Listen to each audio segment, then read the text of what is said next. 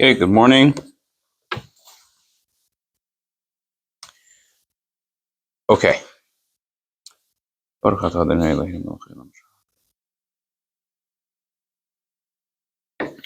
start with tzedakah. Gedolah tzedakah shemekareves es hagula. The Talmud says tzedakah is great because it speeds up the redemption. So may we have that immediately. If you're watching at home, please go grab a pushka, coin box, it's a charity box, and give a dollar bill or a coin. Okay. We're going to continue.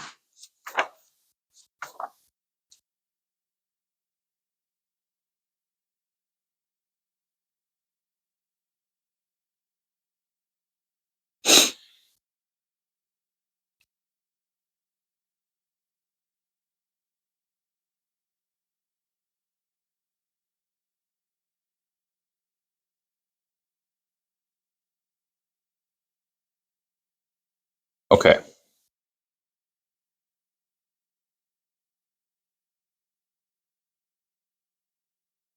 So, we explained Maida'ani according to 4 different dimensions, 4 different levels within Torah. And then we explained Maida'ani according to Chassidus. That no matter what, no matter who,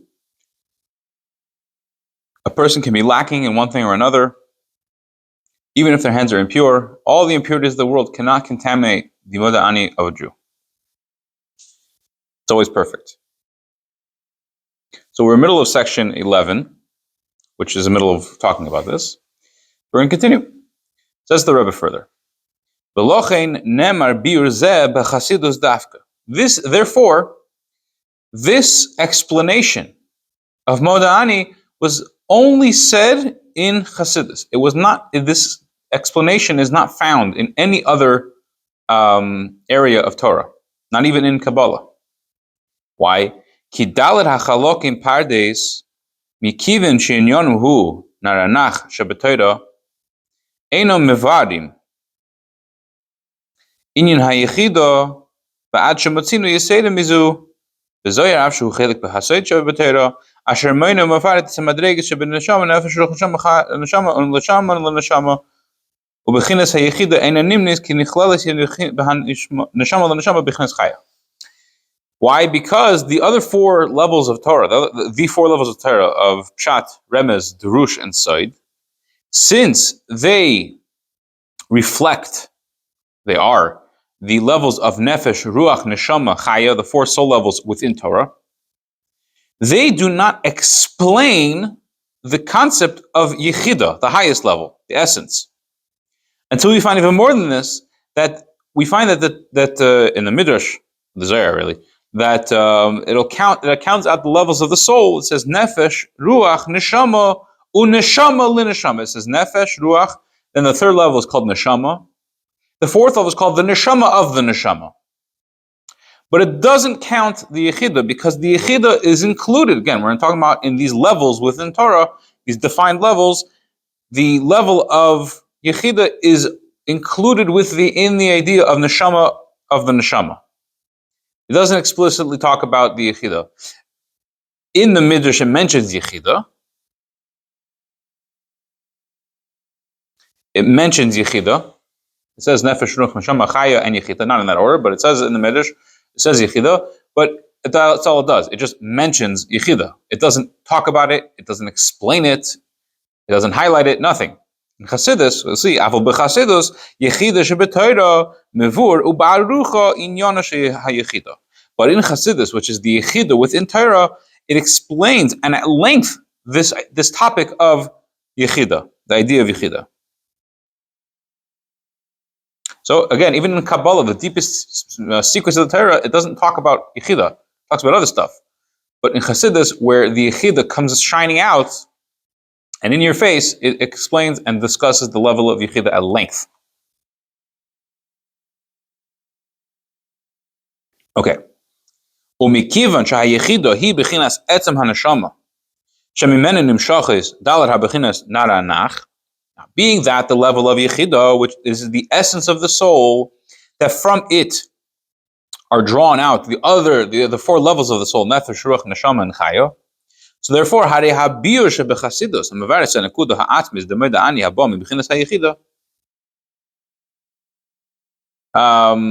the explanation of in Chassidus, which explains the essential point of Moeda Ani, as it comes from the level of Yechida.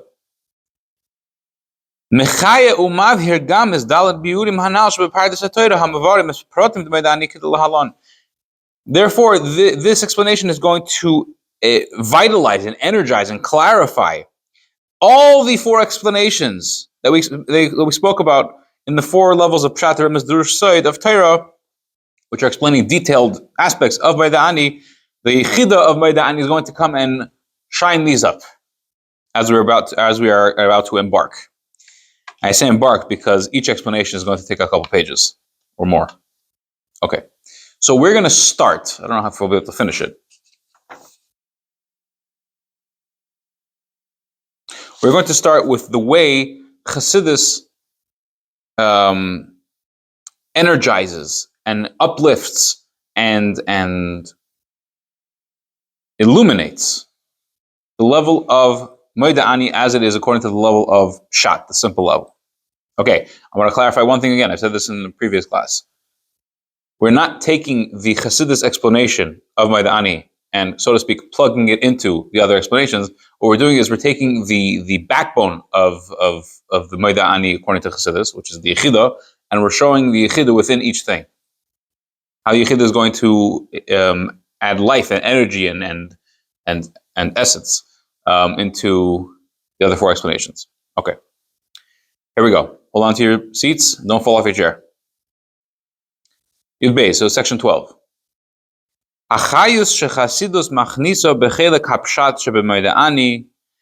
energy, the life that Chassidus brings into the portion of Pshat, the literal, simple meaning of Moeda Ani, which is that you're thanking Hashem for returning your soul. Okay? What is the energy, what is the vitality, the illumination that Chassidus adds into this? I find this fascinating, the way the Rebbe does this. The Chassidus doesn't change anything. Chassidus is compared to a light. Yeah? You walk into a dark room, you can't see a thing. Middle of the night, there's no windows, you can't see a thing. You're stumbling around, you're all over the place. So you start picking things up and you feel it, and you kind of work out in the darkness what this thing is and what its function is based on how you're feeling it and how it smells and how the texture of it is, and et cetera, et cetera. Somebody were to walk in and give you a light or turn on the light, all questions fall away. There's just clarity. There's just did the room get bigger? Did you add something to the room? Did you change the room? Not at all. You simply turned on the light to a room that was already there. Okay, so Chassidus comes and just turns on light bulbs. That's essentially what it does. But the light bulbs add such intense clarity and beautification. It's incredible. So here we go. So what the Rebbe is going to do is the Rebbe is going to show how Chassidus does not change anything in Moeda Ani. At least in the Pshat level, in the literal level, all Chassidus is going to do, all the words in the sentence stay the same. Every single word keeps its translation and its meaning. The only thing Chassidus is going to, the only quote unquote thing that Chassidus is going to do is going to stress and highlight one word. And when you put stress and emphasis on this particular word, what just happened? So let's see. So the energy that Chassidus brings into the portion of Pshat of Moeda Ani is Hahadgosha bepirush nishmasi, nishama shali. There's a meres shekol ha'haidah hi ala chazaras nishmas Yehudi. Says the Rebbe, what is Chassidus adding to Moeda Ani, to the simple level of Moeda Ani? What is the simple level of Moeda Ani? Let's read it again. Moeda Ani lefanecha, I thank you, Melech HaVikayin, the living and eternal King, shechazarta b'nishmasi, that you returned me my neshama, my soul, with love. Rabbi Munasecha, great is your faithfulness. What does Chassidus do? Comes along Chassidus, and this is the simple translation of Moeda Ani according to Chassidus, the simple level. Moeda Ani lefanecha, I thank you, Melech HaVikayim, the living eternal King. So far, so good. Shechazarta be that you return me nishmasi, my soul. Done. That's what the Chassidus did. What happened? What does that mean?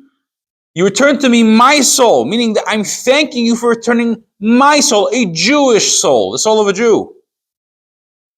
Ve'ilu hoyu machzirim lo neshama aval acheres denochri ve'eved af shegam oz hoyu yetzi mikol echad mishish b'misa lechayim lo hoyu moide. And if you, Hashem, were to return to me in the morning a different soul, a non-Jewish soul, the soul of what's described in Torah as an Eved, even if that would make me alive, that would make I would wake up in the morning, my eyes would open, my brain would function, my heart would work, my body would work, I'd breathe, I'd be able to eat and sleep and do all the things that a person does, but I wouldn't have a Jewish soul, I would not thank you.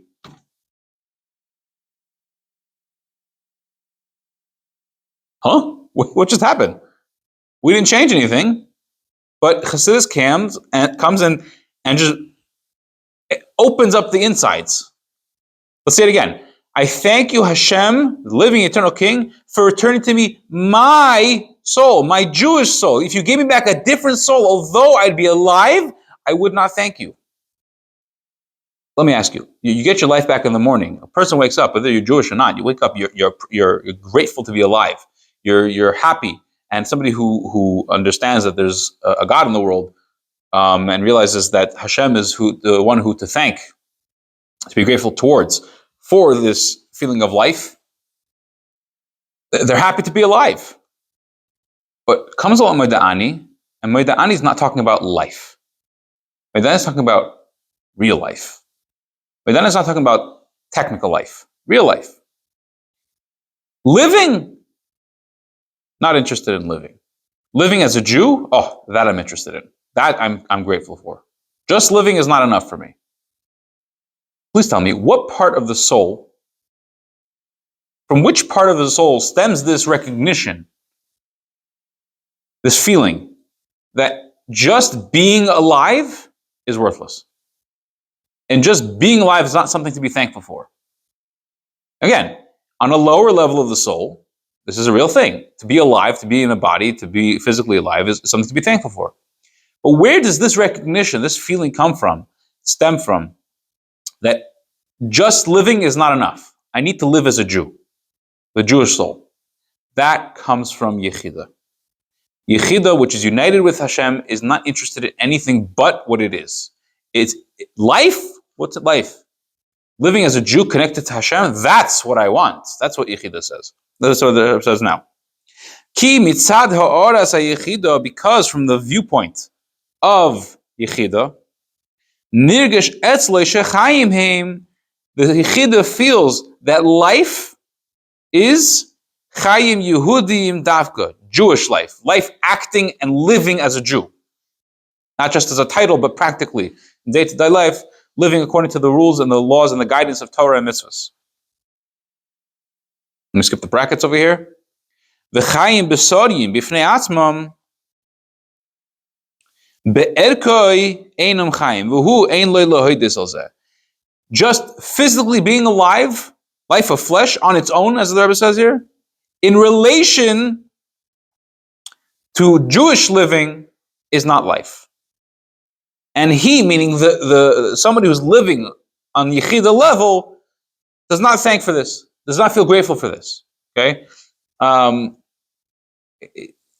about it like this. Not a good example necessarily, but if you were to give a poor person, they're hungry, you give them a sandwich, they say thank you, they appreciate it, hopefully. You go to a wealthy person, okay, a wealthy person, used to the most fine dining and cuisine, you give them a simple sandwich, not necessarily they're going to be impressed. Not necessarily going to be impressed. They say, this is food, this isn't food. I'm used to food. Okay, this sounds a little bit obnoxious, but that's why it's not a good example. But on the level of the Yechida is sensitive to the idea, to the feeling that just living is not life. Just living is not life. Living the way a Jew is supposed to live, the way a Jew lives by learning Torah and doing mitzvahs. In other words, being connected to Hashem, that's life. I don't want anything else. Says the Rebbe further, ואף שגם חיים בסורים הם מציאות חשובה ביותר. ובפרט של מן המדבר, הרי כל יסוד בני מלכים הם, והמושג של חיים אצל בן מלך הוא התקשרותו עם אביו המלך. Now, although being physically alive is a very, very important thing, especially for human beings, to be alive is a big deal. Despite this, or on top of this, the sages say that Kol Yisrael b'nei Melachim, all Jews are children of kings. A Jew is considered a prince or a princess. And the concept of life by a king is the fact that they have a connection with their father, the king, with Hashem. That's life. Anything else is not life. That's the reality. That is our deepest core reality. ובאם יתנו לו חיים, אבל יתנתקו עושה מאביו המלך ויכניסוהו לרפס, ליחיס, חיי בהמו, הרי לא לבד שלא יסעניין בחיי זה, אלא אדרבה ימוס ויקוץ בחיי וכו'. And if you were to give a prince or a princess life, to be physically alive, to be able to function as a human being, to eat and to relax and to sleep, but you remove from them their connection with their father, the king, and you take this prince or princess and you put them into a barn to live the life of an animal. You're physically alive. You get food, you get water, you're alive. Not only will the prince or princess not enjoy such a life, they'll be disgusted by it. This is the reality for Yechidah. Anything that's not life which is connected to Hashem, the Yechidah is not interested in. Not interested. We're running out of time a little bit. The Rebbe throws in a story here, which the story as it stands by itself is very difficult to understand the story. Okay? It's a story with the Chassid of the Alter Rebbe. But with this explanation of Moed Ani, the whole story makes sense. What are we going to do? We'll pause here. Tomorrow, God willing, Mr. Hashem, we are going to continue with the story of Rabbi Kusia Lepler, the Chassid of the Alter Rebbe, and going to explain the story based on the explanation of the Chassidus explanation of the simple love of Moed Ani. And then we will also move on to the way Chassidus brings life and vitality into the remez, the illusion level of Moed Ani. Have a wonderful day.